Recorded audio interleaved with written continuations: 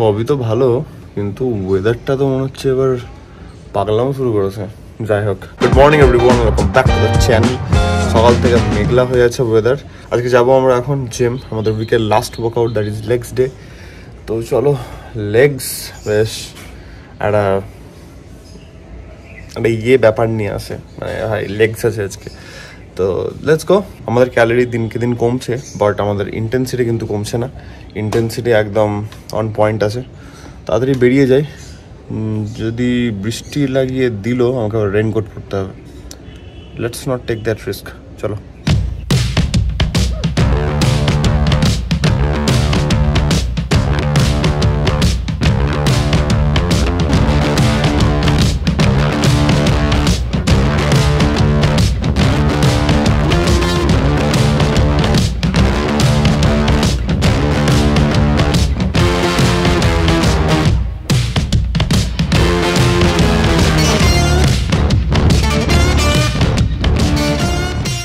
একটা ভালো লেগ ওয়ার্কআউটের সব থেকে বড় সাইড এফেক্ট হচ্ছে গিয়ে ঘুম পাওয়া, টায়ার্ডনেস। বাবা সবজি বাজার করে এনেছে আজকে অনেক কিছুই। আমি মাঝখান থেকে একটা জিনিস শুধু কিনলাম, সেটা হচ্ছে গিয়ে ব্লুবেরি, কারণ খাওয়াটা খুব ভালো। মামকেও বললাম, মাম খাবে, মামের জন্য স্পেসিফিক্যালি আনা। মাম মাথায় থাকে জানো, এই যে একটা না দুটো, একটা দুটো কি এক মুঠো খাবার, মাঝে মাঝে খাওয়া একটু ভালো। যাই হোক, সবজি তো প্রচুর বাবা এনেছে। এই আঙুর আমার বাবাটা ফেভারিট আঙুর। এটা তোমার নেই না? এই আঙুরের গল্প মনে আছে আমার ছোটবেলাতে? নার্সারি না প্রিপারেটরি গল্প কোনটা এটা বলো তো? নার্সারিতে ছোট, অনেক ছোট তখন, স্কুলে একটা পরীক্ষা হয়েছিল। ওখানে জিজ্ঞেস করেছিল যে আঙ্গুর কি রঙের হয়। আমি লিখে এসেছিলাম কালো। দিয়ে মিটিং হয়েছে, প্যারেন্টস টিচার মিটিং, ওখানে মামকে ডেকেছে, মাম গেছে। দিয়ে বলছে আপনার ছেলে লিখেছে আঙ্গুর হয় কালো রঙের, আঙ্গুর কালো আঙ্গুর এঁকেছে। দিয়ে মা আমাকে সেদিকে কেন কালো আঙ্গুর এঁকেছিস? বাবা তো এনে কালো আঙ্গুর খাইয়েছিল। দিয়ে কালো আঙ্গুর এলাম। আচ্ছা, আমি নাম শুনতে বলছি, নাম করেছিল। যে সবাই নর্মালি সবুজ লেখে, বাট কালো এঁকেছে। সে হতো না যে আউটলাইন ছিল, বাট ওখানটাতে রং ভর্তি করতে হবে, ওই টাইপের জিনিস। মাম খাবার দিয়ে দিয়েছে। বাবা ফোন করেছিল? ফোনটা করে দেখি আমি একবার, দেখি কতক্ষণে আছে। নাহলে আমি তাড়াতাড়ি খেয়ে নেবো, কারণ বাবা তো বলছে যে আমার সব শোরুম যাবে। Let's see. চলে এলো নাকি?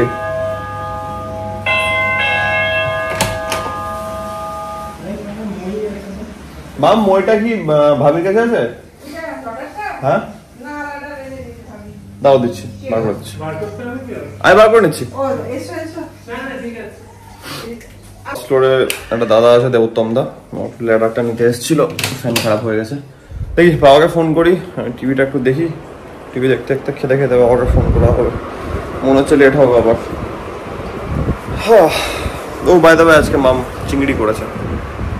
মেট্রো দুটো অপশন থাকে আমাদের আসার, একটা হচ্ছে গিয়ে দমদম, একটা হচ্ছে বেলগাছিয়া। বেলগাছিয়া দিয়ে আসলে তোমার গেট নাম্বার 3, আর দমদম দিয়ে আসলে তো ভাই সবাই জানো। তো এখন আপাতত একটু আমার মজা লাগছে, কোনো চাপ নাই, ঠিক আছে, কোনো ট্রাফিক লাগছে না, গাড়ি ফাড়ি চালাতে হচ্ছে না, একটু 2-1 দিন একটু চিল লাগছে। বাট হ্যাঁ, আজকে আমি যখন ঢুকলাম তখন দেখছি সামনে একটা ফাঁকা আছে পার্কিংয়ের জায়গাটা। মনে হচ্ছিল গাড়িটা আনলে ভালো হতো।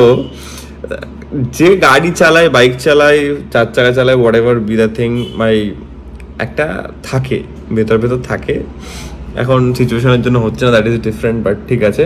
আর হ্যাঁ, আরেকটা জিনিস আমি বলে দিচ্ছি, সেটা হচ্ছে কি আমাদের কিন্তু 2 থেকে 3 সপ্তাহের মধ্যে অফারটা শেষ হয়ে যাবে। কারণ লাস্ট ইয়ার আমাদেরকে মহালয়ার পরের দিন শোরুম বন্ধ করে দিতে হয়েছিল। আমি জানি না এবছরের কি সিন। এবছর ভিড়টা ঠাকুরের জন্যও হতে পারে, আবার আন্দোলনের জন্যও হতে পারে, অনেক কিছুই হতে পারে। বাট অনেক পজিটিভ নোট আমি তোমাদেরকে এটা বলে দিচ্ছি যে আর 2-3 সপ্তাহ আছে, তার মধ্যে যদি তোমাদের পূজা অফার্সের কিছু পারচেজিং করো, সেটা ডেফিনেটলি তোমরা করে নিও, আমাকে আপডেট করো। যদি ইন্টারেস্টেড থাকছো, for the time being payment করতে পারছো না বা কিছু, whatever be the thing, চাইলে আমাকে ডিএম করো। ফোন নাম্বার তো তোমরা জানোই, সব দেওয়া থাকছে। গুগলে আছে, ইনস্টাগ্রামে আছে, ton the origin of nutrition. That's all. Back to work, বেরিয়ে দেখা হচ্ছে। একটু আগে বৃষ্টি পড়ছিল, এখন থেমেছে, so it's a good thing. তো ঠিক আছে।